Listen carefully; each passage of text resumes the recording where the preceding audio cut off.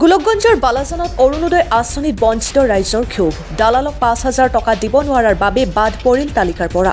অসন্তুষ্ট হিতাধিকাৰী গোলকগঞ্জ থানাত এজাহাৰ দাখিল কৰিলে তিনি দালালৰ বিৰুদ্ধে দালাল কেইজন ক্ৰমে আবুল কালাম চৰকাৰ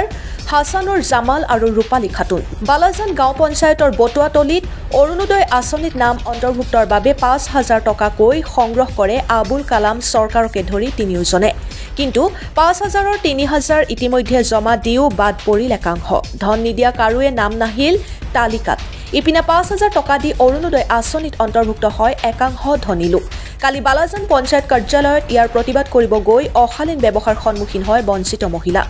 অশ্লীল ভাষাত গালিগালাজ পাৰি আবুল খেদি যায় মাৰিবলৈ এই সন্দৰ্ভত গোলকগঞ্জ থানাত এজাহাৰ দাখিল ক্ষুব্ধ মহিলাৰ বিজেপি নেতৃত্বাধীন চৰকাৰৰ দিনত AIUDFৰ নেতাৰ অটপালিত হতচকিত ৰাইজ উল্লেখ্য যে বটুৱাতলিত অৰুণোদয় আঁচনিত নাম অন্তৰ্ভুক্ত কৰাৰ বাবে ধন সংগ্ৰহ কৰাৰ অভিযোগত বাতৰি প্ৰকাশ হোৱাৰ পিছত কালি আবুল কালাম চৰকাৰক আটক কৰে গোলকগঞ্জ আৰক্ষীয়ে আগমনিৰ পৰা বিজু ৰয়ৰ ৰিপৰ্ট অৰুণোদয় আসাম এক বছৰ পৰা তাৰ মোৰ নামটা কাটি দিছে তাৰ মই যেতিয়া হেভিলি কাগজ জমা দিছো কৈছে মই কৈছে কাটি নিদিবা কয় পইচা দিব লাগে তো মই পইচা দিম তাৰ কামটা হ'ব লাগে মই কামটা হৈছে আপুনি কাটি নিদিব কালি ফৰ্ম আহিছে ফৰ্ম আমাক দিয়ে নাই কয় তোৰ নাম কাটি দিছে কিয় পইচা হৈছে কম দিছে পইচা ঝাক বেছি দিছে তাক কাম কৰি দিছে আবুল আবুল আপুনি কিমান টকা দিছে ৫,০০০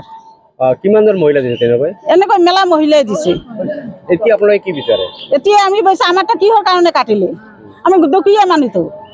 ইয়াতে ধনী মানুহৰ কাৰণেতো হোৱা নাই না অৰুণোদয় থানা খালি আমি শাস্তি যাওঁ আবুলৰ কেছ কৰিব আহিছো আপোনালোকে এজাহাৰ দিলে দিয়া নাই দিম আবুলৰ এগষ্টত দিব আবুলৰ এগষ্টত দিম কেইজন দালাল ৩জন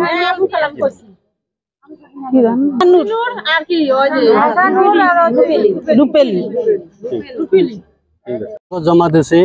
আবুলের রোডে তা পয়সা যায় ৫,০০০ টাকা করে ৩,০০০ দিছি ২,০০০ দিবের বাহি আছে সেই কারণত আমার কাগজগুলো জমা দেয় নাই সেদিন পঞ্চায়েতত যাচ্ছি কালকে যে দাদা আমার নামটা আসে নাই কে কিন্তু গ্রামী সম্পর্কে আমার দাদা হয়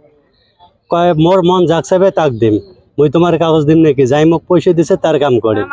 তোমার কাগজ মই জমা দেন নাই